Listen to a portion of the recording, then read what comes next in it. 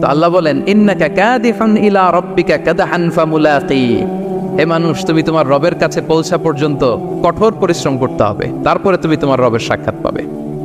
তার মানে এই দুনিয়াটা হচ্ছে পরিশ্রমের জায়গা প্রিয় ভাইরা। এখানে পরিশ্রম না করলে সফলতার দেখা মিলে না।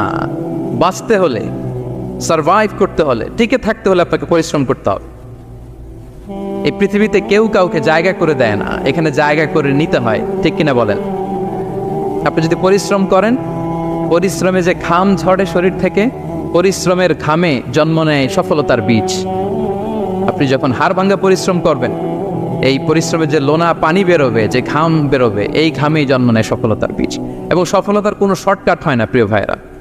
অনেকে অল্পতে সফল হতে চায়, শর্টকাট খুঁজে, আসে না নাই? না, সফলতার জন্য আপনাকে লং কাটে যেতে হবে।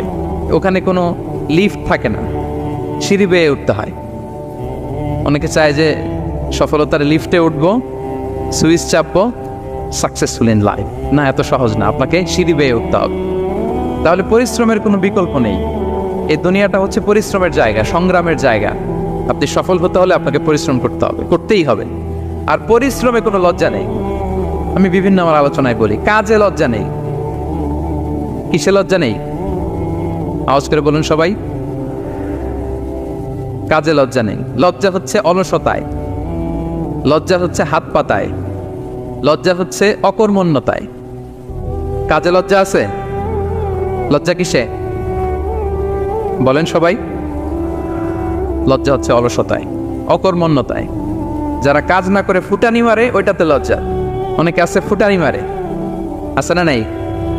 কাজ করে না, সব ফুটানি, এই ফুটানিতে লজ্জা। কিন্তু পরিশ্রমে কোনো লজ্জা নেই। এজন্য আল্লাহ তাআলা বললেন, ইয়া আইয়ুহাল ইনসান ইন্নাকা কাদিহুন ইলা রাব্বিকা কাদহান ফামুলাকি, হে মানুষ তোমার রবের কাছে পৌঁছা পর্যন্ত তোমাকে পরিশ্রম করতে হবে। হাড় ভাঙা পরিশ্রম করে আমার কাছে আসতে হবে, তবেই সফলতা মিলবে। অন্য আয়াতে আল্লাহ তাআলা বলছেন, লাকাদ খালাকনাল ইনসানা ফি কাবাদ, নিশ্চয়ই মানুষকে আমি কষ্ট এবং পরিশ্রম নির্ভর করে তৈরি করেছি। এই পৃথিবীতে টিকে থাকতে হলে তাকে পরিশ্রম করতে হয়, কষ্ট করতে হয়। এবং দুনিয়ার এই সাইকেলটা যদি দেখেন, দিন এবং রাতের যে সাইকেল, রাতকে আল্লাহ বানিয়েছেন ঘুমের জন্য, রেস্ট নেওয়ার জন্য, বিশ্রামের জন্য। আর দিনকে আল্লাহ বানিয়েছেন কর্মচঞ্চল করে, কাজের জন্য। দিনের মধ্যে কর্মস্পৃহা আছে। আল্লাহ তাআলা সূরা নাবাতে বলছেন, ওয়াজআলনান নাহারা মাআশা, আমি দিনকে বানিয়েছি কর্মচঞ্চল। দিনে আপনি কাজ করবেন, হাড় ভাঙা পরিশ্রম করবেন, তবেই সফলতা ধরা দিবে, ঠিক কিনা বলেন? তাহলে প্রথমে আমরা জানলাম এই পৃথিবীতে পরিশ্রম করতেই হবে, পরিশ্রমের কোনো বিকল্প নেই। সফল হতে চাইলে কি করতে হবে? আওয়াজ করে বলবেন, কি করতে হবে? এবং ইসলাম এই পরিশ্রমকে উৎসাহিত করে, পরিশ্রমের মাধ্যমে যে ইনকাম, এটাকে উৎসাহিত করে। বিষ্ণু ঈসা ইসলাম বলেন, মা আকালা আহাদুন তাআমান কাত্তু খায়রান আইয়াকুলা মিন আমালি ইয়াদাই, মানুষ পরিশ্রম করে তার দুই হাত দিয়ে উপার্জন করে যে জীবিকা নির্বাহ করে, এর চেয়ে শ্রেষ্ঠ জীবিকা পৃথিবীতে আর নেই। আল্লাহু আকবার। আপনারা যারা কষ্ট করে ঘাম ঝরিয়ে উপার্জন করেন, এই পৃথিবীতে এর চেয়ে শ্রেষ্ঠ উপার্জন আর হতে পারে? পরিশ্রম করে ঘাম ঝরিয়ে আপনি যে রিজিক এর বন্দোবস্ত আপনার হয়, এই খাবারের চেয়ে শ্রেষ্ঠ খাবার পৃথিবীতে হতে পারে? এরপর বিষ্ণু ঈসা ইসলাম বললেন, ওয়া ইন্না নাবিয়াল্লাহি দাউদ আলাইহিস সালাম কানা ইয়াকুলু মিন আমালি ইয়াদি, আল্লাহর নবী দাউদ আলাইহিস সালাম তিনি নিজ হাতের উপার্জন থেকে খেতেন। সুবহানাল্লাহি বিহামদি। তিনি আর্মার বানাতেন, যুদ্ধাস্ত্র। তিনি বর্ম বানাতেন, নিজ হাতে বর্ম বানিয়ে, যুদ্ধাস্ত্র বানিয়ে বিক্রি করে সেটা দিয়ে জীবিকা নির্বাহ করতেন। আল্লাহু আকবার। তাহলে পরিশ্রমের কোনো বিকল্প নেই। শ্রমের মাধ্যমে যে উপার্জন, এটা শ্রেষ্ঠ উপার্জন। তাই শ্রমজীবী যারা আছেন, মনক্ষুণ্ণ হবেন না, মন ছোট করবেন না। You are the super hero, you are the super hero, you are the remittance fighter of our country. এজন্য রাস্তা দিয়ে যখন হাঁটবেন, বুক ফুলিয়ে হাঁটবেন, আর বস্তা ভরে টাকা নিয়ে দেশে ফিরবেন, ঠিক কিনা বলেন? বুক ফুলিয়ে হাঁটতে হবে। এজন্য আমি আমার প্রিয় মাতৃভূমি বাংলাদেশের গভর্নমেন্টকে অনুরোধ করবো, আমাদের শ্রমজীবী ভাইদের যাতে সুবিধা হয়, এই ব্যবস্থা আপনাদের করতে হবে। বিনীত অনুরোধ রাখবো। শ্রম মন্ত্রণালয়ে যারা দায়িত্বে আছেন, স্পেশালি তাদেরকে রিকোয়েস্ট করবো, আমাদের শ্রমজীবী ভাইদের যেন কোনো কষ্ট না হয়, কারণ তাদের পাঠানো রেমিটেন্সে সচল থাকে আমার দেশের অর্থনীতির চাকা। তারা ভালো থাকলে ভালো থাকবে বাংলাদেশ। ভেরি সিম্পল, ঠিক কিনা বলেন? আমার যে ভাইটা পরিচ্ছন্নতা কর্মী, রাস্তা ক্লিন করে, এয়ারপোর্টে ওয়াশরুম ক্লিন করে, একজন পরিচ্ছন্নতা কর্মী, তারও 20 থেকে 30,000 টাকা বাংলাদেশে ঢুকে প্রতি মাসে। আপনি চিন্তা করতে পারেন? 6টা মাস যদি রেমিটেন্স বন্ধ হয়, শ্রীলঙ্কার চেয়েও খারাপ অবস্থায় বাংলাদেশে চলে যাবে। Just only 6 months. ভয়ঙ্কর অবস্থা হবে বাংলাদেশে। এটা আল্লাহর পক্ষ থেকে একটা স্পেশাল রাহমা, মার্সি এন্ড ব্লেসিংস, যা আমাদের রিজিকের তাগিদায় সারা বিশ্বে যে কাজ করতে হয়, আমরা কাজ করি আর দেশে টাকা পাঠাই, আর সচল থাকে আমার দেশের অর্থনীতির চাকা। আলহামদুলিল্লাহ পড়েন। সো বাংলাদেশের গভর্নমেন্টকে আমি বিনীত অনুরোধ জানাবো, শ্রম মন্ত্রণালয়কে অনুরোধ জানাবো, এয়ারপোর্ট অথরিটিকে অনুরোধ জানাবো, আমার শ্রমজীবী ভাইদের সাথে ভালো আচরণ করুন, তাদের সাথে কোঅপারেট করুন। বিশেষ করে যতগুলো দূতাবাস আছে সারা বিশ্বে, বাংলাদেশের যে মিশনগুলো, দূতাবাসগুলো, আমার শ্রমজীবী ভাইদের যে কোনো কাজকে অগ্রাধিকার ভিত্তিতে আপনারা সার্ভিস দিন। এটা দিতেই হবে, ঠিক কিনা বলেন? তারা ভালো থাকলে ভালো থাকবে বাংলাদেশ। তো এই জন্য শ্রমের কোনো বিকল্প নাই। নিজ হাতে উপার্জিত অর্থ, নিজ হাতে উপার্জিত কামাই, এটা শ্রেষ্ঠ কামাই। তো আলহামদুলিল্লাহ আজকের অডিয়েন্সের মধ্যে শ্রমজীবী ভাইয়েরা বেশি, আলহামদুলিল্লাহ পড়েন। এটা আমাদের সৌভাগ্য। এই যে বাংলাদেশে এখন চাকরি নাই, চাকরির বাজার মন্দা, মাস্টার্স পাস করে বেকার টোটো কোম্পানির ম্যানেজার, এরকম আছে না নাই? তার বিপরীতে আল্লাহ তাআলা আপনাদেরকে মালয়েশিয়া নিয়ে আসছে, প্রতি মাসে আপনি টাকা পাঠান, আলহামদুলিল্লাহ। আপনি বাংলাদেশের যে উন্নয়ন, বাংলাদেশের যে ডেভেলপমেন্ট, এই যে স্মার্ট বাংলাদেশ বলে বলে মন্ত্রীরা মুখে ফেনা তুলে ফেলে, এটার গর্বিত অংশীদার আপনি, ঠিক কিনা বলেন? আপনি গর্বিত অংশীদার। You are the contributor, you are the real contributor. আপনার অবদানে বাংলাদেশ আজকে সচল, আলহামদুলিল্লাহ। সো মন ছোট করার কোনো সুযোগ নেই। নিজ হাতে উপার্জিত কামাই, এটা পৃথিবীর শ্রেষ্ঠ কামাই, আলহামদুলিল্লাহ। পরিশ্রমের মাধ্যমে যে উপার্জন, এটাকে ইসলাম আমাদেরকে উৎসাহিত করে। শুধু নামাজ, রোজা, জিকির এগুলো নিয়ে ইসলাম আমাদেরকে পড়ে থাকতে বলেনি। কোরআনিক অর্ডার হচ্ছে আপনার নামাজ শেষ, আপনি বেরিয়ে পড়বেন, কাজে বেরিয়ে যাবেন। ফাইদা কুদিয়াতিস সালাতু ফান্তাশিরু ফিল আরদি ওয়াবতাগু মিন ফাদলিল্লাহ। বিধানটা কার বলুন? আওয়াজ করে বলুন, বিধানটা কার? এটা কোরআনিক ভার্ডিক্ট, কোরআনের বিধান। নামাজ শেষ, গোল হয়ে বসে জিকির করতে বলা নাই আল্লাহ। আল্লাহ বলেছে ফান্তাশিরু ফিল আরদ ওয়াবতাগু মিন ফাদলিল্লাহ, জমিনে ছড়িয়ে পড়ো, আল্লাহর রিজিক তালাশ করো। নামাজ শেষ, বেরিয়ে যাবে। কৃষক চলে যাবে মাঠে, শ্রমজীবী চলে যাবে ফ্যাক্টরিতে, শিক্ষকরা চলে যাবে তাদের শিক্ষা প্রতিষ্ঠানে, কর্পোরেট ওয়ার্ল্ডের লোকেরা চলে যাবে তাদের প্রতিষ্ঠানে। ডেভেলপমেন্ট করতে হবে, সিভিলাইজেশন করতে হবে। নামাজের পরে গোল হয়ে বসে থাকা চলবে না। কি ব্যালেন্স দেখেছেন ইসলাম? আজান হয়েছে তো মসজিদে আসো, নামাজ শেষ বেরিয়ে পড়ো, আলহামদুলিল্লাহ। কি ভারসাম্যপূর্ণ ইসলাম। ফাইদা কুদিয়াতিস সালাতু ফান্তাশিরু ফিল আরদ, যখন সালাত শেষ জমিনে ছড়িয়ে পড়ো, আল্লাহ রিজিক অন্বেষণ করো। তাহলে শুধু নামাজ রোজার মধ্যে ইসলাম নয়, আপনাকে কর্মঠ হইতে হবে, পরিশ্রম করতে হবে, হাড় ভাঙা পরিশ্রম। বিশ্বনবী সাল্লাল্লাহু আলাইহি ওয়াসাল্লাম অত্যন্ত পরিশ্রমী ছিলেন। He started his first career as a shepherd. সুবহানাল্লাহ। ওনার প্রথম ক্যারিয়ার উনি রাখাল হিসেবে শুরু করেছেন। রাখালরা যে কাজ করে, অর্থাৎ মরুভূমিতে ভেড়া, মহিষ, ভেড়া, ছাগল, তারপর বকরি, দুম্বা, এই চরানোর কাজগুলো দিয়ে বিষ্ণু সাল্লাল্লাহু আলাইহি ওয়াসাল্লাম তার ক্যারিয়ার শুরু করেছেন অ্যাজ এ শেফার্ড। বিষ্ণু সাল্লাল্লাহু আলাইহি ওয়াসাল্লাম বলেন, সহিহ বুখারীর বর্ণনা, মা বাআসাল্লাহু নাবিয়্যান ইল্লা রাআল গানাম। আল্লাহ তাআলা এই পৃথিবীতে এমন কোন নবী পাঠায় নাই যে নবীরা ছাগল চড়ায় নাই। সুবহানাল্লাহ পড়বেন না? সাহাবারা বললেন, ওয়া আনতা ইয়া রাসূলুল্লাহ, হে আল্লাহর নবী আপনিও ছাগল চড়িয়েছেন? বিষ্ণু সাল্লাল্লাহু আলাইহি ওয়াসাল্লাম বললেন, নাআম, আমিও ছাগল চড়িয়েছি। ওয়া কুনতু আরআহা আলা কারারিত লি আহলি মক্কা, আমি অল্প কিছু মজুরির বিনিময়ে, অল্প কিছু টাকার বিনিময়ে, সামান্য কিছু পারিশ্রমিকের বিনিময়ে মক্কার লোকদের ছাগল চড়িয়ে দিতাম। সুবহানাল্লাহ পড়েন। ছাগল হচ্ছে খুব টেরা প্রাণী, ডানে টানলে বায়ে যায়, বায়ে টানলে ডানে যায়। তাদেরকে একসাথে করা অ্যাজ এ শেফার্ড, এটা মরুভূমিতে খুব কষ্টের কাজ। আল্লাহ তাআলা প্রত্যেক নবীকে দিয়ে ছাগল চড়িয়েছেন, যাতে করে কিছুদিন পরে নবীরা মানুষ চড়াতে পারে। সুবহানাল্লাহ। আল্লাহ বুঝাতে চাইলেন, এখন ছাগল চড়াও, এদের উপর যদি কন্ট্রোল নিতে পারো তাহলে মানব জাতির উপর কন্ট্রোল নিতে পারবো। আল্লাহু আকবার। এজন্য প্রত্যেকটা নবীকে দিয়ে, সহিহ বুখারীর বর্ণনা, মা বাআসাল্লাহু নাবিয়্যান ইল্লা রাআল গানাম, আল্লাহ পৃথিবীতে এমন কোন নবী পাঠায় নাই যেই নবীকে দিয়ে আল্লাহ ছাগল চড়ায় নাই। তো বিষ্ণু ইসলাম ছাগল চড়িয়েছেন, অত্যন্ত সুঠাম দেহে ছিলেন, কর্মঠ ছিলেন। তার মানে বিষ্ণু ইসলামও পরিশ্রম করে উপার্জন করেছেন, ঠিক কিনা? ছাগল চড়াতেন, তার বিনিময়ে সামান্য কিছু পারিশ্রমিক নিতেন, মজুরি নিতেন, এতে লজ্জা নাই। এজন্য এই কথা দিয়ে শুরু করেছে যে কাজে লজ্জা নেই। এই তো বিষ্ণু ইসলামের ক্যারিয়ার গেল। আমরা যদি সাহাবাদের জীবনী দেখি, ওনারাও পরিশ্রমী ছিলেন। কেউ খেজুর বাগানে কাজ করতেন, কেউ কৃষি কাজ করতেন, কেউ বাজারে ব্যবসা করতেন, কেউ বসে থাকেন নাই। হাড় ভাঙা পরিশ্রম করেছেন প্রত্যেকটা সাহাবা। তারা আমাদের মডেল, তারা আমাদের সুপার হিরো, তারা আমাদের আইকন, ঠিক কিনা? নবীরা আমাদের মডেল, সাহাবারা আমাদের মডেল। বিষ্ণু ইসলামও কর্মঠ ছিলেন, ওনার সাহাবারা অত্যন্ত কর্মঠ ছিল।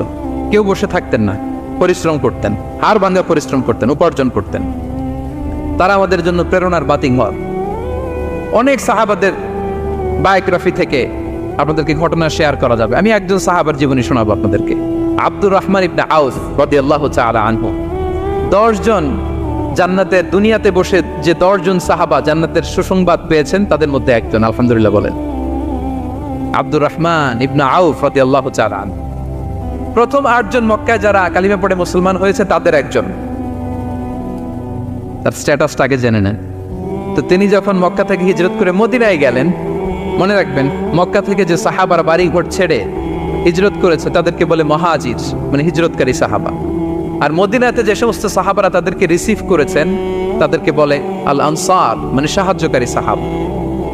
তো যারাই হিজরত করে মক্কা থেকে মদিনায় যেত, বিষ্ণু ইসলাম মদিনার কোন সাহাবীর সাথে তার ভাই পাতিয়ে দিতেন, আল মুআখাত, ব্রাদারহুড করে দিতেন, দায়িত্ব দিতেন যে তুমি এই সাহাবীকে দেখবে। তো আব্দুর রহমান ইবনে আউফ রাদিয়াল্লাহু তাআলা আনহু যখন হিজরত করে গেলেন, তার দেখভাল করার জন্য যে সাহাবীর দায়িত্ব পড়ল তার নাম হচ্ছে সাআদ ইবনে রাবি', আনসারী সাহাবী রাদিয়াল্লাহু তাআলা আনহু। বিষ্ণু বললেন, সাআদ, আব্দুর রহমান ইবনে আউফ তোমার ভাই, ভাই বানিয়ে দিলেন। কি বানিয়ে দিলেন? তুমি তাকে টেক কেয়ার করবে, সে হবে তোমার মেহমান। সুবহানাল্লাহ। সাআদ ইবনে রাবি' রাদিয়াল্লাহু তাআলা আনহু তিনি আব্দুর রহমান ইবনে আউফকে ডেকে নিয়ে গেলেন, ঘরে নিয়ে গেলেন মেহমানকে, এবং বললেন, ইয়া সাআদ ইন্নী আকসারুল আনসারি মালান। হে সাআদ, তুমি চিন্তা করো না, তুমি মনে করো না যে তোমার ভরণ পোষণ দিতে আমার কষ্ট হবে। আমি মদিনার সবচাইতে বড় বিজনেস ম্যাগনেট, সবচাইতে বড় বিজনেস ম্যাগনেট আমি। No tension, don't worry about it. Tension নিও না, আসো, তোমার জন্য আমার কি প্রপোজাল শোনো। ফাআকসিমু লাকা নিসফা মালি, আমার যত সম্পদ আছে আমি অর্ধেক তোমারে দিয়ে দিব। সুবহানাল্লাহ। এত আসতে আপনার বাড়িতে কেউ মেহমান হলে করতে পারবেন এরকম? আল্লাহ, কেমন প্রেরণার বাতিঘর তারা। ফাআকসিমু নিসফা মালি, আব্দুর রহমান ইবনে আউফ, আমার অর্ধেক সম্পদ তোমারে দিয়ে দিব। এখানেই শেষ না, এরপর বলতে লাগলেন, আমার অনেকগুলো স্ত্রী আছে, তুমি কোথায় যে মেয়ে খুঁজবা, প্রস্তাব দিবা, এত ঝামেলার দরকার নেই। আমার কোন স্ত্রীকে তোমার ভালো লাগে বলো, তার যদি তোমাকে ভালো লাগে তাহলে প্রয়োজনে তাকে আমি ডিভোর্স দিয়ে দিব, তাকে নিয়ে তুমি সুখের সংসার করবা। আল্লাহু আকবার, আল্লাহু আকবার। অর্ধেক সম্পদ দিয়ে দিব, আমার একাধিক স্ত্রী আছে, কাউকে যদি তোমার পছন্দ হয় এবং সেও যদি তোমাকে পছন্দ করে, প্রয়োজনে তাকে ডিভোর্স দিব। New life, new career, just go on. আমরা এই সুযোগ পেলে কি করতাম? সাথে সাথে অর্ধেক সম্পদ নিয়ে নিতাম, ঠিক কিনা? আব্দুর রহমান ইবনে আউফ প্রেরণার বাতিঘর। উনি কি করলেন? উনি বললেন, লা হাজাতা লি ফি যালিক। আমার ভাই, তুমি যে বলছো, এ সাআদ ইবনে রাবি, তুমি যে এত চমৎকার প্রপোজাল দিয়েছো, এতেই আমি খুশি। তোমার কোনো কিছুর আমার দরকার নাই। বারাকাল্লাহু লাকা ফি আহলিকা ওয়া মালিক, আল্লাহ তোমার সম্পদেও বরকত দেখ, আল্লাহ তোমার পরিবারেও বরকত দেখ। তবে একটা কষ্ট করতে হবে, সেটা কি? আব্দুর রহমান ইবনে আউফ বললেন, দুল্লানি ইলা সুক, just show me the way to market. মদিনার বাজারটা কোথায় এটা একটু দেখায় দাও। আমি নতুন মানুষ, পথঘাট চিনি না। দুল্লানি ইলা সুক, just show me the way to market of Medina. মদিনার বাজারটা কোন রাস্তা একটু দেখায় দাও। আল্লাহু আকবার। সাআদ ইবনে রাবি বললেন, এই তো মদিনার বাজার। উনি যে কিছু ঘি কিনলেন, পনির কিনলেন, কিনে বিক্রি করলেন, প্রফিট করলেন। ওই প্রফিট দিয়ে আরো বেশি করে কিনলেন, আবার বিক্রি করলেন, প্রফিট, আবার বিক্রি করলেন, প্রফিট। এই কেনা বেচা করতে করতে 1-2 মাসের মধ্যে উনি মদিনার one of the biggest business magnate হয়ে গেলেন। আল্লাহু আকবার। কি হাড় ভাঙা পরিশ্রমই না তারা করেছেন। একেবারে রেডি ক্যারিয়ার ছিল। গেলাম, সবচেয়ে বড় বিজনেসম্যানের অর্ধেক সম্পত্তি পেয়ে গেলাম। He didn't accept the ready career. Rather, he made his own path with his own endeavor. নিজের চেষ্টায়, নিজের পরিশ্রমে, নিজের ঘাম ঝরিয়ে নিজের ক্যারিয়ার তৈরি করেছেন। চিল্লায় বলেন ঠিক কিনা? This is the biography of Abdul Rahman ibn Auf radiyallahu ta'ala anhu. সাহাবারা কতটা পরিশ্রম করেছেন, তার মানে বিশ্বনবী পরিশ্রমী ছিলেন, সাহাবারা পরিশ্রমী ছিলেন। এবং বিষ্ণু ইসা ইসলাম পরিশ্রম করতে বলতেন সবাইকে, হাত পাততে নিষেধ করতেন, কারণ দারিদ্রতা বড্ড ভয়ঙ্কর। দারিদ্রতা যার আসে সে বোঝে। বাংলা একটা কথা আছে, অভাব যখন দরজায় এসে দাঁড়ায়, ভালোবাসা তখন। হ্যাঁ, সবার মুখস্থ দেখছেন? অভাব যখন দরজায় এসে দাঁড়ায়, ভালোবাসা তখন জানলা দিয়ে পালায়। দারিদ্রতা ঈমান কেড়ে নেয়। আপনি পার্বত্য চট্টগ্রামের অবস্থা জানেন? আমাদের বাংলাদেশের পাহাড়ি এলাকার অবস্থা জানেন? ওখানে আমাদের গরিব মুসলিম ভাইদেরকে সামান্য কিছু টাকা পয়সা দিয়ে ওদেরকে খ্রিস্টান বানিয়ে ফেলতেছে মিশনারিগুলো। এই খবর তো আমরা রাখি না। দারিদ্রতা বড্ড ভয়ঙ্কর। এজন্য বিষ্ণু ইসলাম দারিদ্রতা থেকে আল্লাহর কাছে পানাহ চাইতেন। তিনি বলতেন, আল্লাহুম্মা ইন্নী আউযু বিকা মিনাল ফাকরি ওয়াল কিল্লাতি ওয়াদ-দিল্লা। ও আল্লাহ, I seek refuge with you from poverty, from insufficiency and humiliation. ও আল্লাহ, আমি তোমার কাছে দারিদ্রতা থেকে পানাহ চাই। ও আল্লাহ, আমি তোমার কাছে স্বল্পতা থেকে পানাহ চাই। ও আল্লাহ, আমি তোমার কাছে লাঞ্ছনা থেকে পানাহ চাই। পড়েন আমিন। এই দোয়াটা বেশি বেশি পড়বেন। আল্লাহুম্মা ইন্নী আউযু বিকা মিনাল ফাকরি ওয়াল কিল্লাতি ওয়াদ-দিল্লা। হে আল্লাহ, আমি দারিদ্রতা থেকে পানাহ চাই। আল্লাহ, স্বল্পতা থেকে পানাহ চাই। আল্লাহ, লাঞ্ছনা থেকে পানাহ চাই। সবাই পড়ুন আমিন। বিষ্ণু ইসলাম যে দোয়াগুলো শিখিয়েছেন এগুলো হচ্ছে very precise in wording but comprehensive in meaning. শব্দে খুব ছোট, কিন্তু অর্থ মানুষের হৃদয়ে এটার আবেদন অনেক ব্যাপক, অনেক বেশি।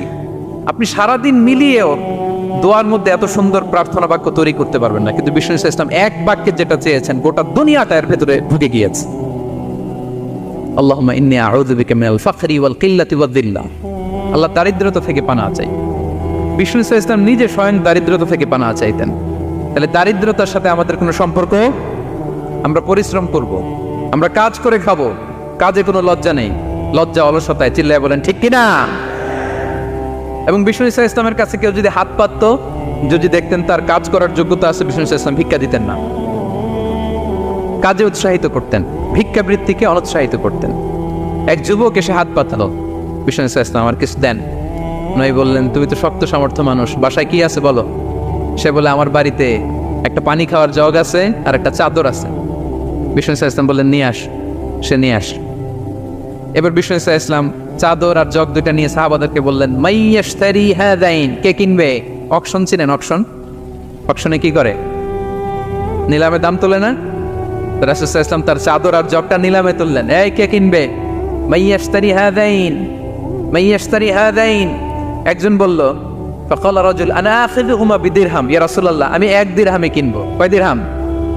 বিষ্ণু বললেন, 1 দিরহাম, 1 দিরহাম, 1 দিরহাম। মানে এর চেয়ে কেউ বাড়াবে কিনা? মাইয়াজিদু আলা যালিক, এর চেয়ে বাড়ায় দিবা কে? আরেক সাহাবী বলল, ইয়া রাসূলুল্লাহ, আমি 2 দিরহামে কিনবো। 2 দিরহাম, 2 দিরহাম, 2 দিরহাম, আর বাড়ে না।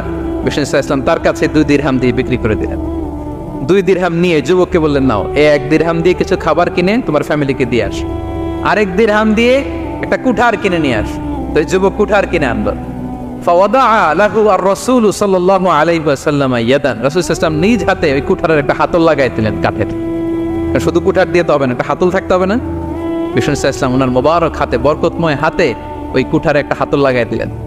এবার বললেন, যাও, 1 দিরহাম দিয়ে কুঠার, আরেক দিরহাম দিয়ে খাবার কিনে আনো। এই কুঠার দিয়ে জঙ্গলে যে কাঠ কেটে লাকড়ি বেচে জীবিকা নির্বাহ করো। সামনের 15 দিন আমার সামনে যেন তোমার গুড়গুড় করতে না দেখি।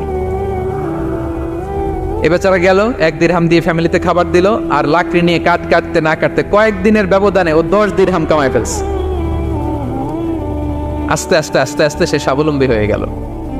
এরপর একবার বিষ্ণু ইসলামের কাছে আসছে। বিষ্ণু ইসলাম তারে বলে, মানুষের কাছে হাত পাতার চেয়ে, দুয়ারে দুয়ারে ভিক্ষা করার চেয়ে তোমার মতো এরকম কাঠ কেটে, জঙ্গলে কাঠ কেটে বাজারে বিক্রি করা অনেক ভালো। আল্লাহু আকবার। এই হচ্ছে বিষ্ণু ইসলামের ক্যারেক্টারিস্টিক্স। তিনি ভিক্ষাবৃত্তিকে অনুৎসাহিত করতেন। এই যে গল্পটা, what is the moral of the story? কি শিখলাম? 1 নম্বর যেটা শিখলাম, তিনি কাজ করে খেতে উৎসাহিত করেছেন। চাইলেই বিষ্ণু ইসলাম ওই দুইটা জিনিস বিক্রি করে 2 দিরহাম দিয়ে বলতে পারতেন, যাও 2 দিরহাম দিয়ে খাবার কেনো। ওই বেলা খেয়ে রাতের বেলা আরেক দুয়ারে যে ভিক্ষা করতো, ঠিক কিনা বলেন? কথা বুঝতেছেন? 2 দিরহাম দিয়ে যদি খাবার কিনতো তো দুপুরে খেয়ে রাতে কি করতো? আবার হাত পাততো। সেটা করে নাই, কাজ করে খেতে উৎসাহিত করেছেন এবং স্থায়ী সমাধান করে দিয়েছেন। কারণ কাজই, কাজে কোনো ছোট বড় নাই। আছে? কাজে কোনো ছোট বড় আছে না। তাহলে ইসলাম আমাদেরকে পরিশ্রমী হতে শেখায়, কর্মমুখী হতে শেখায়। ইসলাম কতটা কর্মমুখী ধর্ম দেখেন। বিষ্ণু ইসলাম বলেন, ইন কামাতিস সাআ ওয়া ফি ইয়াদি আহাদিকুম ফাসিলা। কেউ যদি দেখে কিয়ামত হয়ে যাচ্ছে, কি হয়ে যাচ্ছে? সবাই বলুন। কেউ যদি দেখে কিয়ামত হয়ে যাচ্ছে আর তার হাতে একটা চারা বীজ আছে, গাছের চারা। কি আছে? গাছের চারা। সে গাছের চারা রোপণ করতে গেছিল, ওদিকে যায় দেখে কিয়ামত শুরু হয়ে গেছে। বিষ্ণু বলেন, ফাইন ইসতাতাআ আন লা তাকুমা হাত্তা ইয়াগরিসাহা ফালইয়াগরিসহা। সে যদি পারে কিয়ামত হওয়ার আগেই ওটা রোপণ করে দিতে, সেজন্য তাড়াতাড়ি করে রোপণ করে দেয়। আল্লাহু আকবার। ইসলাম কতটা কর্মমুখী ধর্ম। কিয়ামত শুরু হয়েছে, বিষ্ণু বলেন তার উপর কিয়ামত আসার আগে সে যদি চান্স পায় চারা বীজটা যেন রোপণ করে দেয়। আর আমরা এখন আখিরুজ্জামান, দাজ্জাল আসবে, কিয়ামত হয়ে যাবে, 2025 সালেই হবে, এগুলো বলে কাজকর্ম সব বন্ধ করে দিচ্ছে। এরকম ডাকাইতে আছে না নাই? হ্যাঁ বলেন, আছে না নাই? তা আখিরুজ্জামান কি আপনারা এটা শিখায়, এই লেসন শিখায়? আখিরুজ্জামান আসবে, দাজ্জাল আসবে, তো আপনার সমস্যা কি? দাজ্জাল আসবে দেখেই তো আপনাকে বিজনেস করে এমন টাকা কামাইতে হবে যাতে করে দাজ্জাল আসলে আমি আমার অর্থ দিয়ে মুজাহিদিন ভাইদেরকে সহায়তা করতে পারি। দাজ্জাল আসবে তো আপনার প্রবলেম কি? আপনার বডি বিল্ডিং করতে হবে, আপনার ফ্যামিলিকে তারবিয়া দিতে হবে, আপনার সোসাইটিকে সমৃদ্ধ করতে হবে, আপনাকে সভ্যতার কারিগর হইতে হবে। আপনার সব কাজ আপনি আরো বাড়াই দিবেন দাজ্জালের প্রশ্ন আসলে। এখন দাজ্জাল আসবে, 25 সালেই আসবে, 26 সালেই কিয়ামত হবে। কি হবে ক্যারিয়ার দিয়ে? আর কি হবে ব্যবসা করে? এরকম আছে না নাই? এরকম করা যাবে? বিশ্বনবী কি বললেন? কিয়ামত হইতেছে, তুমি দেখতেছো চাক্ষুষ বিলা আয়ান, দেখতেছো কিয়ামত হইতেছে, আর তুমি গাছ লাগাইতে গেছিলা। যদি সুযোগ হয় কিয়ামত হওয়ার আগে আগে কি করো? গাছ লাগাও। সুবহানাল্লাহ পড়বেন না? প্রিয় ভাইয়েরা, আমরা যেন পরিশ্রমী হই, আমরা যেন কর্মঠ হই, আমরা যেন অলস না হই। বিষ্ণু ইসলাম অলসতা থেকে আল্লাহর কাছে পানাহ চাইতেন। আল্লাহ আমাদেরকে বোঝার তৌফিক দান করুক। আমরা পড়ি আমিন। আল্লাহ নবী সাল্লাল্লাহু আলাইহি ওয়াসাল্লাম শুধু পরিশ্রম করতে বলেছেন এমন নয়, তিনি পরিশ্রমীদেরকে পছন্দ করতেন। এক সাহাবীর সাথে তিনি মুসাফা করলেন, দেখলেন হাতটা বড্ড খসখসে।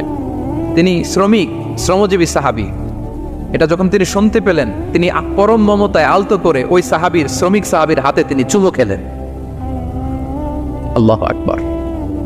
এবং ওনার আন্ডারে যারা কাজ করত তাদের সাথে বিষ্ণু ইসলামের যে আচরণ, ওনার যে শ্রমিক, ওনার যে খাদেম, তাদের সাথে বিষ্ণু ইসলামের যে ডিলিং শুনলে আপনি অবাক হয়ে যাবেন। আপনি কারো ব্যাপারে যদি রিয়েল ইনফরমেশন চান, আপনি কয়েকটা জায়গায় নক করতে হবে। 1 নম্বর, ধরেন যে একজন বড় সাহেব, তার আসল তথ্য যদি চান তার বউকে জিজ্ঞেস করেন। কারা জিজ্ঞেস করবেন? ওয়াইফকে জিজ্ঞেস করবেন, স্ত্রীকে, আসল তথ্য পাবেন। 2 নম্বর, তার বাড়ির দারোয়ানকে জিজ্ঞেস করবেন। কাকে? 3 নম্বর, তার ঘরের কাজের বুয়া, সব জানে উনি, ওই কাজের বুয়া থেকে রিপোর্ট নেবেন, ঘরে যে কাজ করে। 4 নম্বর, তার ড্রাইভার, দারোয়ান, কাজের বুয়া, ওয়াইফ, এদের কাছ থেকে যদি আপনি জিজ্ঞেস করেন, ফলের বিড়াল বেরিয়ে আসবে। ঠিক কিনা বলেন? তা আসেন বিষ্ণু ইসলামের যে খাদেম, কর্মচারী, তারা একটু জিজ্ঞেস করে বিষ্ণু ইসলামের আচরণ কেমন ছিল। বিষ্ণু ইসলামের খাদেমের নাম হচ্ছে আনাস রাদিয়াল্লাহু আনহু। আলহামদুলিল্লাহ, খাদিমুর রাসূলিল্লাহ, বিষ্ণু ইসলামের খাদেম। আসেন ওনাকে জিজ্ঞেস করি যে বিষ্ণু ইসলামের আচরণ কেমন ছিল।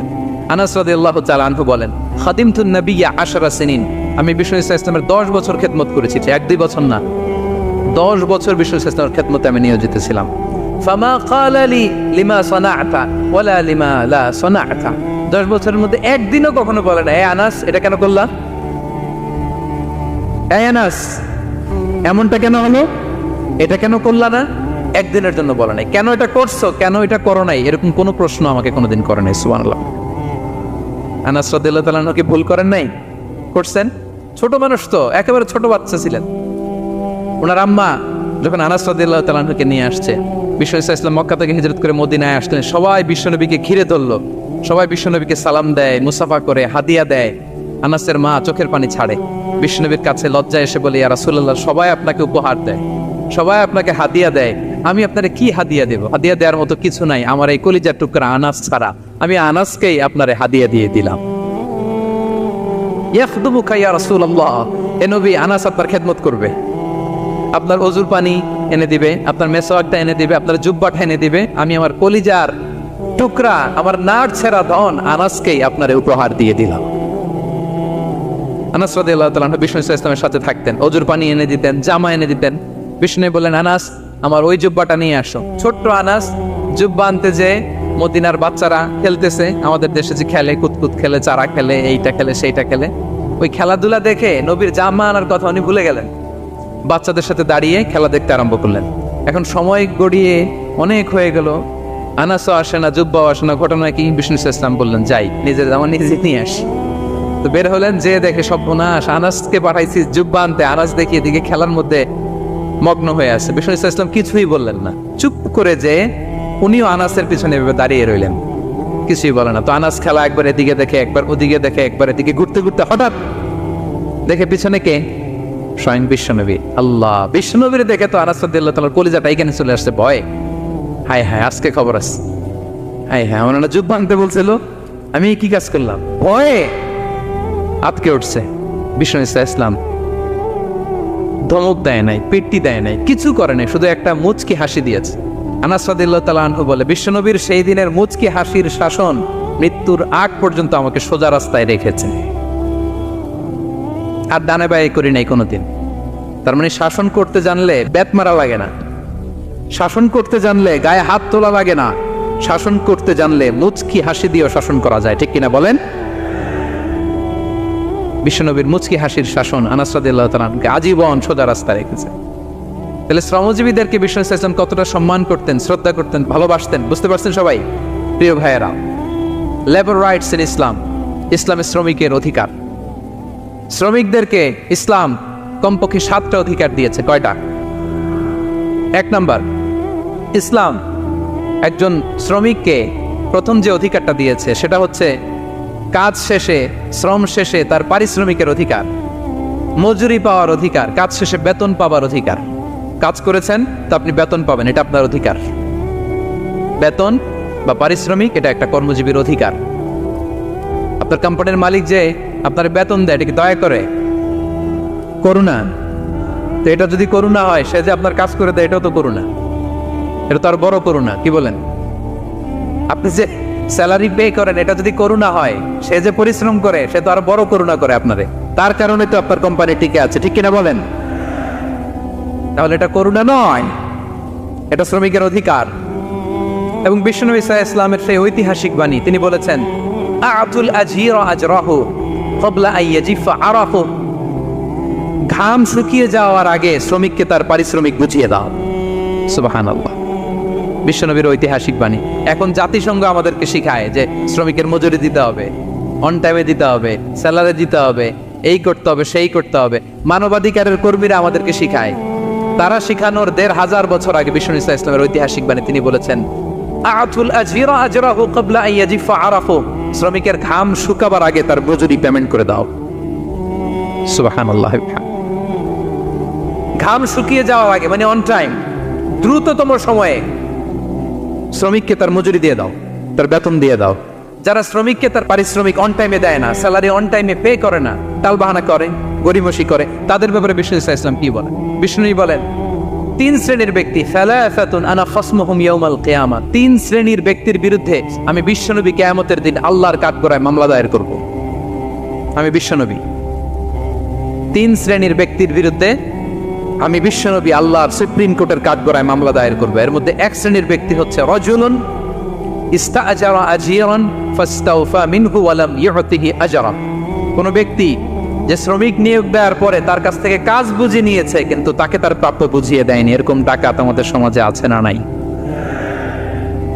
কাজ ঠিকই বুঝে নিচ্ছে কিন্তু তার প্রাপ্যটা বুঝিয়ে দেয়। বিশ্বনবী বলেন, তার বিরুদ্ধে আমি মামলা দায়ের করব। প্রিয় ভাইরা, বুঝে থাকলে উত্তর দেন। বিশ্বনবী যার বিরুদ্ধে মামলা দায়ের করবে তার জান্নাত তো একেবারে ডাইরেক্ট, তাই না? হ্যাঁ, সুন্দর বলছে একজন, তার কোনো জামিন নাই, ঠিক কিনা বলেন? বিশ্বনবী যার বিরুদ্ধে মামলা দায়ের করেছে তার জান্নাতে যাওয়া তো দূর কি বাত, সে জান্নাতের ঘ্রাণও তার নাকে ঢুকবে না, চিল্লায় বলেন ঠিক কিনা? এজন্য খবরদার, শ্রমিককে তার শ্রম নেয়ার পরে তার পারিশ্রমিক দিয়ে দেন, তার ঘাম শুকিয়ে যাওয়ার আগে, মানে অন টাইম। এটা নিয়ে কোনো টাল বাহানা করা যাবে, তাহলে বিশ্বনবী তার বিরুদ্ধে মামলা দায়ের করবে। তার মানে 1 নম্বর অধিকার বুঝে পেয়েছেন? আপনি যে কাজ করেন, কাজের বিনিময়ে যে পারিশ্রমিক পান, যে স্যালারি পান, এটা আপনার অধিকার। এটা করুণা নয়, এটা অনুকম্প নয়, এটা কোনো দয়া নয়, ইটস ইউর রাইট। এটা আপনার অধিকার। আওয়াজ করে বলুন তো, গলা ফুলিয়ে, এটা আপনার কি? 2 নম্বর, একটা শ্রমিককে ইসলাম যে অধিকার দেয় সেটা হচ্ছে চুক্তি মাফিক সকল সুযোগ সুবিধা প্রাপ্তির অধিকার। অর্থাৎ একজন এমপ্লয়ার যখন তার এমপ্লয়িকে নিয়োগ করে, একটা এমপ্লয়মেন্ট কন্ট্রাক্ট থাকে না? এমপ্লয়মেন্ট কন্ট্রাক্ট বুঝেন তো? একটা চুক্তিপত্র থাকে, এখানে ফিক্স করা থাকে ওয়ার্কিং আওয়ার্স, কয় ঘন্টা আপনি কাজ করবেন, আপনার জব স্পেসিফিকেশন, কি করবেন কি করবেন না, আপনার স্যালারির ব্যাপারে থাকে, কত স্যালারি দিবে, কখন দিবে, আবার আপনি ওভার টাইম করলে এক্সট্রা পে করবে, আপনি রেগুলার কাজ করলে ঘন্টায় per hour 20 ringgit, over time করলে 40 রিঙ্গিট। তারপর আপনি কখন ব্রেক নেবেন, একটা ব্রেক থাকে না, যে এই টাইমে একটা ব্রেক দিতে হবে, এগুলো মিউচুয়াল আন্ডারস্ট্যান্ডিংয়ে এমপ্লয়মেন্ট কন্ট্রাক্টে থাকে। আপনি হলিডে কখন করবেন, ছুটি থাকতে হবে। টানা 7 দিন কাজ করানো যাবে বলেন? না, আন্তর্জাতিকভাবে এটা নিষিদ্ধ। টানা 7 দিন কোনো কাজ নাই, 1 দিন তার হলিডে থাকতে হবে, তার অ্যানুয়াল লিভ থাকতে হবে। Right to rest and leisure, বিশ্রামের একটা সময় লাগবে। এই যে 1 মে আন্তর্জাতিক শ্রমিক দিবস, এটা শুরু হয়েছে কিভাবে? ইউনাইটেড স্টেটস অফ আমেরিকার শিকাগোতে 1986 সালে এই কাজের বিরুদ্ধেই তারা আন্দোলন করেছিল। টানা 7 দিন তাদেরকে দিয়ে গাদার মতো খাটুনি খাটাতো, দাসের মতো তাদের সাথে আচরণ করা হতো। তারা আন্দোলন শুরু করেছিল, 8 জনকে গুলি করে নিহত করা হয়েছিল। সেখান থেকে এই মে দিবস। কিন্তু বিশ্ব ইসলাম 1500 বছর আগে এই শ্রমিকদের অধিকারের ব্যাপারে সোচ্চার ছিলেন, আলহামদুলিল্লাহ বলেন। তাহলে right to rest and leisure, UDHR, universal declaration for human rights, এগুলো সব নির্ধারিত আছে। তার মানে একজন শ্রমিকের 2 নম্বর অধিকার হচ্ছে চুক্তি অনুযায়ী সকল সুযোগ সুবিধা প্রাপ্তির অধিকার। আপনার চুক্তি করছেন, আপনি এটা এটা দিবেন, কিন্তু কাজের পরে আপনি ফ্যাসিলিটি দিচ্ছেন না, এটা করা যাবে বলেন? করা যাবে? আল্লাহর কোরআন কি বলছে শুনুন। আল্লাহর কোরআন বলে, ইয়া আইয়ুহাল্লাযীনা আমানু আউফু বিল উকুদ, O you who believe fulfil your contract, ও বিশ্বাসীরা তোমরা তোমাদের চুক্তি পূর্ণ করো। ওয়া আউফু বিল আহদি ইন্নাল আহদা কানা মাসউলা, তোমরা যে কমিটমেন্ট করেছো, যে কন্ট্রাক্ট করেছো, এই চুক্তি তোমরা পূর্ণ করো। তা না হলে কিয়ামতের কঠিন ময়দানে এই চুক্তির ব্যাপারে, কন্ট্রাক্টের ব্যাপারে, এই এগ্রিমেন্টের ব্যাপারে আপনারা জিজ্ঞেস করবে কে? তাহলে যা চুক্তি করেছেন সুযোগ সুবিধা, তাই আপনাকে দিতে হবে। মালিক ভাইয়েরা, মনে থাকবে তো নাকি? এগ্রিমেন্টে যা যা বলেছেন, যা যা লিখে সিগনেচার করেছেন, তাই আপনাকে দিতে হবে। আদেশটা কার? সবাই বলুন। আপনি মন চাইলে হায়ার করবেন, এরপরের দিন ফায়ার করবেন, এরকম করা যাবে? হ্যাঁ, চাইলে হায়ার ফায়ার, মন যা চায় তা করবেন, এটা করা চলবে না। তাহলে 2টা অধিকার গেল। 3 নম্বর, একজন শ্রমিককে ইসলাম যে অধিকার দিয়েছে সেটা হচ্ছে সুন্দর আচরণ পাবার অধিকার। তিনি আপনার ফ্যাক্টরির ওয়ার্কার, আপনার স্টাফ, এজন্য যা মনে হচ্ছে তা আচরণ করবেন, দাসের মতো আচরণ করবেন। এটা করা যাবে? আওয়াজ করে বলেন, করা যাবে? বিশ্ব ইসলাম ইন্তেকালের আগে পুরা উম্মাকে 2টা বিষয় ওসিয়ত করেছেন। আওয়াজ করে বলুন তো কয়টা? 1 নম্বর হচ্ছে নামাজ। 1 নম্বর কি? আসসালাত।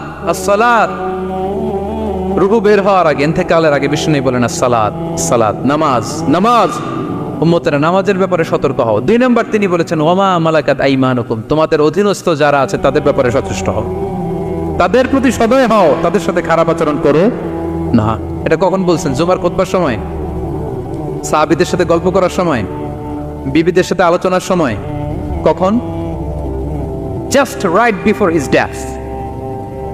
এখনই রুহু বেরোবে, ইন্তেকালের আগে তিনি বলেছেন উম্মতেরা আসসালাত, নামাজ, উম্মতেরা ওমা মালাকাত আইমানুকুম, তোমাদের কর্মচারীদের সাথে খারাপ আচরণ করো না। তাহলে 3 নম্বর হচ্ছে শ্রমিকদের সুন্দর আচরণ পাবার অধিকার, তাদের সাথে খারাপ আচরণ করা যাবে না। বিশ্ব ইসলাম শ্রমিকদের রাইটস, অধিকারের ব্যাপারে এতটা সোচ্চার ছিলেন, বিদায় হজের মতো, বিদায় হজের যে বাণী, যে ভাষণে, ঐতিহাসিক ভাষণেও বাদ যায়নি শ্রমজীবীদের কথা। সুবহানাল্লাহ পড়েন। বিদায় হজের ভাষণে বিষ্ণু বলেছেন, আরে কাকুন, আরে কাকুন আতইমুহুম মিম্মা তাকুলুন ওয়াকসুহুম মিম্মা তালবাসুন, খবরদার ও আমার উম্মতেরা, এই ভাষণের পরে আর বড় কোনো ভাষণ আমার পক্ষ থেকে তোমরা পাবে না। তোমাদের কর্মজীবী, তোমাদের শ্রমিক, তোমাদের ওয়ার্কার, তোমাদের স্টাফদের ব্যাপারে সাবধান থাকো। তোমরা যা খাবে তাদেরও তা খাওয়াবে, তোমরা যা পড়বে তাদেরও তা পড়তে দিবে, তাদের প্রতি তোমরা সদয় হবে। বিদায় হজের বাণী তো বিষ্ণু ইসলাম আপনাদের কথা বলে নাই, আলহামদুলিল্লাহ পড়েন। কি রহমতের নবী ছিলেন, কি মায়ার নবী ছিলেন, শ্রমজীবীদের কি বিষ্ণু ইসলাম এতটা ভালোবাসতেন। তাহলে 3 নম্বর যে অধিকার ইসলাম একজন শ্রমিককে দেয় সেটা হচ্ছে সুন্দর আচরণ পাওয়ার অধিকার। দেখবেন যে মালিক বা যে এমপ্লয়ার ভালো আচরণ করে সব শ্রমিককে তাকে ভালোবাসে, তার জন্য দোয়া করে। আপনি মালিক হয়ে অসুস্থ, দেখবেন আপনার ওয়ার্কার গুলো জায়নামাজ বিছিয়ে সেজদায় পরে আপনার জন্য কাঁদে, এরকম আছে না নাই? মালিক হলে তো এরকম মালিক হইতে হবে, এমপ্লয়ার হলে তো এরকম হওয়া চাই, ঠিক কিনা বলেন? তাহলে আমরা শ্রমজীবীদের সাথে ভালো আচরণ করব, পারা যাবে তো ইনশাআল্লাহ? ইনশাআল্লাহ। 4 নাম্বার, কর্মক্ষেত্রে নিরাপত্তার অধিকার। শ্রমজীবী ভাইদের যে ওয়ার্ক প্লেস আছে সেখানে তাদের নিরাপত্তা থাকতে হবে, সেফটি মেজারমেন্ট থাকতে হবে। অনেক জায়গায় দেখি আয়রন ফ্যাক্টরিগুলোতে যারা কাজ করে, আল্লাহু আকবার, আপনারা ভিডিও ক্লিপসে দেখবেন যে কি ভয়ঙ্কর সেখানকার অবস্থা। ডিহাইড্রেশনে এক একজন অসুস্থ হয়ে যায়। সেখানে তাদের পর্যাপ্ত পানির ব্যবস্থা নাই, এটা নাই সেটা নাই। এমন এমন ফ্যাক্টরিতে আমাদের অনেক ভাইরা কাজ করে, কেমিক্যাল ফ্যাক্টরি, মাস্কও নাই। এরকম ডাকাইতে আছে না নাই? কেমিক্যাল ফ্যাক্টরিতে যারা কাজ করবে এদেরকে মাস্ক দিতে হবে, এদেরকে হ্যান্ড গ্লাভস দিতে হবে। নির্মাণ শ্রমিক যারা আছে তাদেরকে হেলমেট দিতে হবে। প্রত্যেকটা ফ্যাক্টরিতে ফায়ার এক্সটিংগুইশার লাগবে, আগুন লাগলে অগ্নি নির্বাপক যে যন্ত্র, এগুলোর দরকার আছে না নাই বলেন? গাদার মতো ঢোকার জায়গা নাই, বেরোয়ার জায়গা নাই, সেফ এন্ট্রি নাই, সেফ এক্সিট নাই। হাজার হাজার মানুষ কাজ করে, আগুন লাগলে সব পুড়ে ছাই। এরকম হয় না প্রিয় ভাইরা? বলেন, আওয়াজ করে বলেন, হয় না এরকম? অহরহ আমরা দেখি বাংলাদেশে অগ্নি নির্বাপক যন্ত্র নাই, না, এটা করা যাবে না। আগুন লাগলে কিভাবে আপনি আগুন নেভাবেন, কিভাবে তাদের সেফটি সিকিউরিটি এনশিওর করবেন, এগুলো সব আগে থেকে নির্ধারণ থাকতে হবে। তাহলে 4 নাম্বার হচ্ছে নিরাপত্তা অ্যাজ এ এমপ্লয়ার, এটা আপনাকে এনশিওর করতে হবে। 5 নাম্বারে সাধ্যের বাইরে কোনো কাজে বাধ্য না করার অধিকার। সাধ্যের বাইরে কিছু আপনি তার উপর চাপিয়ে দিতে পারবেন, এমন হেভি ওয়ার্কলোড দিতে পারবেন না যেটা তার শরীরে কুলায় না। এরকম ডাকাইত আসছে যে পারে না, তারপরে তার উপর কাজ চাপিয়ে দেয়, আছে না নাই? বলেন বলেন। ওয়ার্কারের স্বাস্থ্যহানি হয়, অঙ্গহানি হয়, এবং এমন ছোট ছোট বাচ্চাদের দিয়ে কাজ করায়, শিশু শ্রম, এটা তো আইনত দণ্ডনীয় অপরাধ। এটা করা যাবে না। এগ্রিমেন্টে, চুক্তিতে আপনি যা করাবেন, যেভাবে করাবেন, যা চান সার্ভিস, ওইটাই করাইতে হবে। এবং আল্লাহর বিধান এটা, লা ইউকাল্লিফুল্লাহু নাফসান ইল্লা উসআহা। আল্লাহ সাধ্যের বাইরে বান্দার উপরও কোনো কিছু চাপিয়ে দেয় না। এটা similarly applicable to the worker. বিষ্ণু ইসলাম বলেন, ওয়ালা ইউকাল্লাফু মিনাল আমালি ইল্লা মা ইউতিক। সাধ্যের বাইরে কোনো ওয়ার্কারকে অতিরিক্ত কোনো কাজ চাপিয়ে দেয়া যাবে না। ফাইন কাল্লাফাহু, যদি তাকে সাধ্যের বাইরে কোনো কাজ চাপিয়ে দিতে হয়, মা ইয়াগলিবুহু, যেটা তার জন্য কষ্ট হয়ে যায়, ফাল ইউইনহু আলাই, এই কাজে তাকে সাহায্য করতে হবে। মালিক হয়ে আপনার হাত লাগাতে হবে, অথবা এক্সট্রা ম্যান পাওয়ার নিতে হবে, ওয়ার্ক ফোর্স নিতে হবে। সুবহানাল্লাহ পড়েন। বিশ্বনবী মনে হচ্ছে যেন বর্তমান যে এই যে হাজার হাজার ফ্যাক্টরি, এই কলকারখানা, এই ওয়ার্কারদের দুর্দশাগুলো দেখে দেখে পয়েন্টে পয়েন্টে ধরে ধরে কথা বলেছেন। আল্লাহু আকবার। যদি সাধ্যের বাইরে কিছু চাপিয়ে দিতে হয় তাহলে তাকে সহায়তা করতে হবে। 5 নাম্বার শ্রমিকের অধিকার হচ্ছে সাধ্যের বাইরে কোনো কাজে বাধ্য না করার অধিকার। আপনি বাধ্য করতে পারবেন না। কটা গেল? 5টা। মাশাআল্লাহ, খুব মনোযোগী শ্রোতা। 6 নম্বরে শ্রমিকের উপর আল্লাহ যা যা ফরজ করেছেন তা আদায়ের অধিকার দিতে হবে আপনাকে। সালাতের সময় হলে তাকে নামাজ পড়তে দিতে হবে। নন মুসলিম হলে এটা ভিন্ন ইস্যু। তখন আপনি চেষ্টা করবেন একটা মুসলিম কোম্পানিতে যাওয়ার, মুসলিম মালিকের আন্ডারে যাওয়ার, অথবা তাদেরকে সবাই মিলে অ্যাপ্লিকেশন করে বুঝাবেন যে সামান্য ফরজ নামাজটুকু পড়ার অনুমতি, পারমিশন আমরা চাই। কিন্তু কোনো মুসলিম এমপ্লয়ার নামাজের জন্য বাধা দিতে পারবে না।